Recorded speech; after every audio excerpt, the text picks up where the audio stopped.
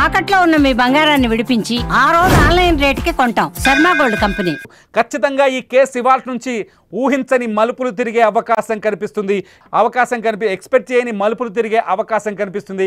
ఆ వ్యక్తిని అక్కడికి తీసుకొచ్చి ఐడెంటిఫై చేస్తున్నాడు.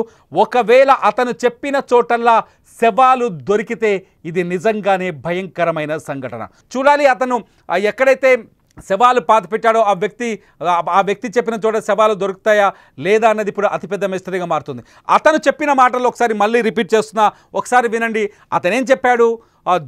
జూన్ 4వ తేదీన ధర్మస్థలి పోలీసుల దగ్గరికి వచ్చాడు. ఒక రిపోర్ట్ పట్టుకొచ్చాడు తన వెంట. అట్లాగే ఒక బ్యాగ్ని, ఒక సంచిని కూడా మోసుకొని వచ్చాడు. ఆ సంచిలో ఏమున్నాయని పోలీసులు చూస్తే భయంకరమైన నిజాలున్నాయి. ఆ సంచిలో ఎముకలు ఉన్నాయి. అవి ఒక మహిళనంట తను పాతిపెట్టిన చోట సాక్ష్యం చెప్పడం కోసం, సాక్ష్యంగా చూపించడం కోసం ఒక మహిళను పాతిపెట్టిన చోట ఆమె అస్థిపంజరాన్ని వెలికితీసి మళ్ళీ వెలికితీసి పోలీసులు నమ్మరు అనే ఉద్దేశంతో వెలికితీసి ఆ ఎముకలన్నింటినీ బ్యాగ్లో వేసుకొని ఆ బ్యాగ్ని భుజాన వేసుకొని జూన్ 4వ తేదీన ధర్మస్థలి పోలీసుల దగ్గరికి వచ్చాడు. ధర్మస్థలి పోలీసుల దగ్గరికి వచ్చి తన ఫిర్యాదు చూస్తే పోలీసులే అవాక్కైపోయారు. నిజమా? ఇక్కడ 100 మందిని పాతిపెట్టారా? ఇక్కడ మహిళలపైన అఘాయిత్యం జరిగిందా? ఇక్కడ మహిళలపైన రేప్ జరిగిందా? నిజమా ఈ విషయం అని షాక్ అయిపోయారు.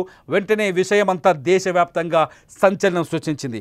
అతను చెప్పిన మాటల ప్రకారం 1995 నుంచి 2014 వరకు తాను 100 శవాలని అక్కడ పాతిపెట్టానని చెప్తున్నాడు. ఆ శవాల పాతిపెట్టడం వెనుక ధర్మస్థలిలో కీలకంగా ఉండే కొందరు రాజకీయ నాయకులు, ప్రభావశీలమైన వ్యక్తులు, అక్కడ శక్తివంతమైన వ్యక్తులు, వాళ్ళ ద్వారానే, వాళ్ళు బెదిరించడం ద్వారానే, వాళ్ళు ఇవ్వటం వల్లే ఆ శవాల్ని పాతిపెట్టానని చెప్పాడు. ఆ తర్వాత 2014 వరకు అతన్ని బెదిరించి హత్య చేస్తామని బెదిరించడం వల్ల వరుసగా శవాలని పాతిపెట్టానని చెప్పుకుంటూ వచ్చాడు. 2014లో తమ కుటుంబంలోని, అంటే 2003లో ఒక బాలిక శవాన్ని పాతానని, అట్లాగే 2008లో ఒక మహిళ శవాన్ని పాతానని, వాళ్ళ ఆ పాతిపెట్టిన శవాల ప్రాంతాలు కూడా చెప్పాడు. అంతేకాదు అలా పాతిపెట్టిన శవాల్ని 2014 వచ్చేసరికి తమ కుటుంబంలోని ఒక బాలిక పైన కూడా, ఒక మైనర్ బాలిక పైన కూడా ఇదే తరహా లైంగిక దాడి జరిగింది.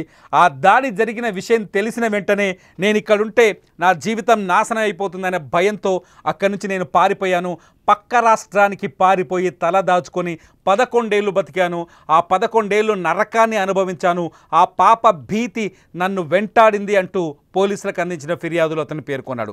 ఎప్పుడైతే తిరిగి 2025లో మళ్ళీ ధర్మస్థలికి వచ్చిన ఆ వ్యక్తి పోలీసుల దగ్గరికి వెళ్ళి ఫిర్యాదు చేస్తూ, ఎందుకురా నాయన నువ్వు ఇప్పుడు ఫిర్యాదు చేస్తున్నావు, హత్యలు చేసిన రోజుల్లో, ఆ శవాల్ని పాతిపెట్టిన రోజుల్లో ఎందుకు చేయలేదంటే, ఇప్పుడు వాళ్ళకి సరైన రీతిలో అంత్యక్రియలు జరగకపోవడం వల్ల వాళ్ళ ఆత్మలు ఈ భూమిని విడిచి వెళ్ళిపోవు, ఈ లోకంలోనే ఉంటాయి, అవి నన్ను వెంటాడుతాయి, ఆ పాప భీతి నాకు నిద్ర లేకుండా చేస్తున్నాయి.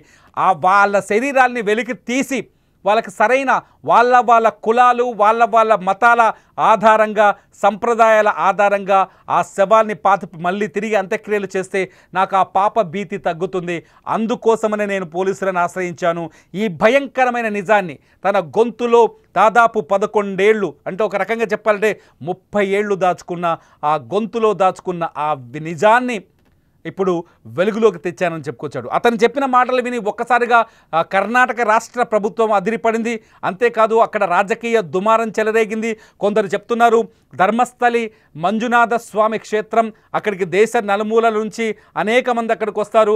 ఆ మంజునాథ స్వామి క్షేత్ర ప్రతిష్టను, ఆ మంజునాథ క్షేత్ర పవిత్రతను తగ్గించేందుకే ఈ వ్యక్తి ఈ నాటకం ఆడుతున్నాడనే విషయాన్ని కొందరు కొట్టిపడేశారు. అంతేకాదు రాష్ట్ర ప్రభుత్వం కొందరు వ్యక్తుల్ని కాపాడే ప్రయత్నం చేస్తుంది, కొందరిని కావాలని ఉద్దేశపూర్వకంగా రక్షించే ఉద్దేశంతో పనిచేస్తుంది అంటూ సోషల్ మీడియాలో సంఘాలు సామాజిక మాధ్యమాల్లో కామెంట్ చేశారు, ఇంటర్వ్యూలు ఇచ్చారు. సోషల్ మీడియాలో అటువంటి చాలా చూసాం.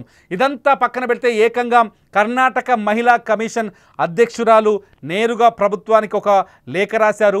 ధర్మస్థలిలో ఏం జరుగుతుంది, ధర్మస్థలిలో జరిగిన హత్యల ఆరోపణల వెనుక, ధర్మస్థలిలో 100 శవాలు పాతిపెట్టానని ఆ వ్యక్తి చెప్తున్న ఆరోపణల వెనుక నిజాన్ని వెలికి తీయాలి అంటే మీరు ఖచ్చితంగా ప్రత్యేక దర్యాప్తు బృందాన్ని ఏర్పాటు చేయాలని ఆ మహిళా కమిషన్ కోరింది. ఎప్పుడైతే మహిళా కమిషన్ కోరిందో అప్పుడే కర్ణాటక ప్రభుత్వం ఇమీడియట్లీ స్పెషల్ ఇన్వెస్టిగేషన్ టీంని ఏర్పాటు చేసింది. ఆ స్పెషల్ ఇన్వెస్టిగేషన్ టీం మీరు చూస్తున్నారు ఫోటో, ప్రణబ్ మహంతి నేతృత్వంలో అడిషనల్ డీజీపీ ఆయన నేతృత్వంలో ఆ స్పెషల్ ఇన్వెస్టిగేషన్ టీం ఫామ్ అయింది ధర్మస్థలిలో. ఈ వ్యక్తికి సంబంధించి ఎవరైతే ఈ హత్యలు చేశానని చెప్పిన వ్యక్తితో కోర్టు పరిధిలో ఉన్నాడు ఆయన, అతన్ని సురక్షితంగా భద్రంగా కాపాడుతున్నారు, భారీ సెక్యూరిటీ ఇస్తున్నారు. ఎందుకంటే అతని ప్రాణాలకి ముప్పు కూడా ఉంది. మీరు అతను కోర్టుకు వచ్చిన విజువల్స్ ఇప్పుడు స్క్రీన్లో చూస్తున్నారు. అతని ప్రాణాలకు ముప్పు ఉంది. అతని కోర్టులో కోర్టు పరిధిలో ఉన్న అతన్ని విచారించి అతని ఒపీనియన్ తీసుకున్న తర్వాత ఇవాళ ధర్మస్థలికి వెళ్ళారు.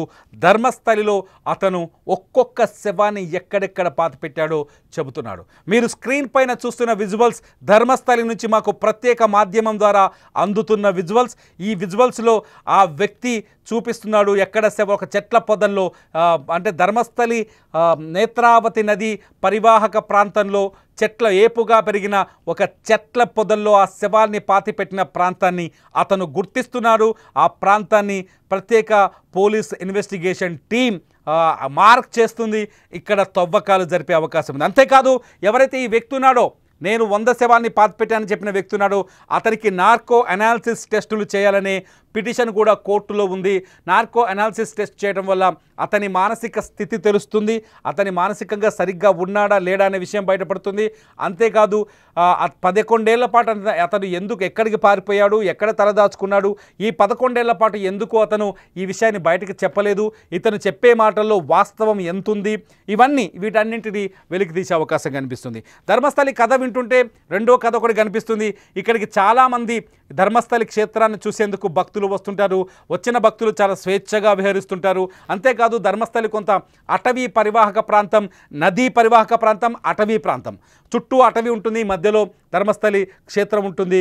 నదీ పరివాహక ప్రాంతం, నేత్రావతి నది ధర్మస్థలి క్షేత్రం నుంచి అక్కడికి ప్రవహిస్తూ ఉంటుంది. ఈ నేత్రావతి నది ఒడ్డునే ఇతను శవాలు పాతానని చెప్పాడు. ఎందుకంటే నది ఒడ్డున శవాల్ని పాతిపెట్టడం వల్ల అవి వేగంగా కుళ్ళిపోతాయి, అవి వేగంగా మట్టిలో కలిసిపోతాయి అని చెప్పేసి ఆ ఉద్దేశంతో పాతిపెట్టానని చెప్తున్నాడు. అంతేకాదు ధర్మస్థలి ప్రజలు ఏం చెప్తున్నారంటే, ధర్మస్థలి ప్రాశస్త్యం తగ్గించే ఉద్దేశంతో ఇతను ఆరోపణలు చేస్తున్నాడు అనే వాళ్ళు ఏం చెప్తున్నారంటే, ధర్మస్థలి అనేది దక్షిణ కాశీ, ఇక్కడికి కేరళ నుంచి కావచ్చు, కర్ణాటక నుంచి కావచ్చు, తెలంగాణ నుంచి కావచ్చు, మహారాష్ట్ర నుంచి కావచ్చు, ఆంధ్రప్రదేశ్ నుంచి కావచ్చు పర్యాటకులు వస్తుంటారు, మినిస్టర్లు వస్తుంటారు, సినిమా యాక్టర్లు వస్తుంటారు. ఈ ప్రాంతంలో చనిపోవాలని కోరుకునే వాళ్ళు కూడా చాలామంది ఇక్కడికి వస్తారని చెప్తారు. ఇక్కడికి వచ్చి ప్రాణం విడిస్తే, మనం చాలామంది కాశీకి వెళ్తే అక్కడ కైలాసంలో కలిసిపోయినట్టే అనుకుంటాం కదా, చాలామంది మనలో ఆ భావం అటువంటి భక్తి మనలో ఉంది. ఒక రకంగా చెప్పండి, ఆ భావం భావజాలం మన దగ్గర ఉంది. హిందువులు చాలామంది అలాగే అనుకుంటారు. కాశీకి వెళ్ళి ప్రాణాలు అక్కడే కోల్పోతే స్వయంగా ఆ శివుడిలో ఐక్యమైపోయినట్టు లెక్క అని చెప్పేసి. సేమ్ ధర్మస్థలి కూడా అలా చాలామంది వస్తుంటారు. ఇక్కడే జీవితంలో చివరి అంకాన్ని గడుపుతూ ఉంటారు. అలా చనిపోయిన వాళ్ళ మృతదేహాల్ని ప్రతిరోజు పాతి పెడతామని అక్కడున్న గ్రామ పంచాయతీ సర్పంచ్ చెప్తున్నాడు. అంతేకాదు కొందరు ఆత్మహత్యలు చేసుకోవాలనుకునే వాళ్ళు కూడా ధర్మస్థలికి వస్తారు. ఇక్కడ చనిపోతే కనీసం మరో జన్మలో మనిషిగా పుట్టలేము, ఈ మనిషిగా ఈ కష్టాలు భరించలేమనే భావంతో ఉన్న వాళ్ళు కొందరు ఇక్కడికి వచ్చి ఆత్మహత్యలు చేసుకుంటారని అక్కడున్న వాళ్ళు చెప్తున్నారు. మరికొందరేమో ఇంట్లో మానసిక స్థితి సరిగా లేని వాళ్ళని, పోషించలేని వాళ్ళని, ముసలి వాళ్ళని తీసుకొచ్చి వదిలేసి వెళ్ళిపోతుంటారు కొందరు కుటుంబ సభ్యులని చెప్తున్నారు. దీంతో పాటు కొంత క్రైమ్ కూడా జరిగే అవకాశాలు ఉన్నట్టుగా మరికొందరు చెప్తున్నారు. ఇది అటవీ ప్రాంతం కావడంతో చాలామంది కర్ణాటకలో ప్రేమ పెళ్లిళ్ళు జరిగే ప్రాంతంగా ధర్మస్థలికి మరో గుర్తింపు ఉంది. ఇక్కడికి వచ్చే లవర్స్ చాలామంది ఇక్కడికి వచ్చి పెళ్లిళ్ళు చేసుకుంటారు. కొన్నిసార్లు వాళ్ళే రివర్స్ అయ్యి అక్కడే గొడవపడి హత్యలు చేసిన సందర్భాలు చాలా ఉన్నాయని చెప్తున్నారు. అటువంటి డెడ్ బాడీస్ కూడా దొరుకుతాయని చెప్తున్నారు.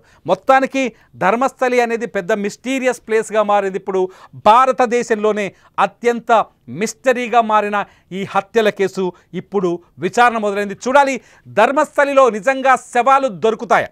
ఆ వ్యక్తి పారిశుద్ధ్య కార్మికుడు, మాజీ పారిశుద్ధ్య కార్మికుడు చెబుతున్నట్టుగా ధర్మస్థలిలో శవాలు దొరుకుతాయా?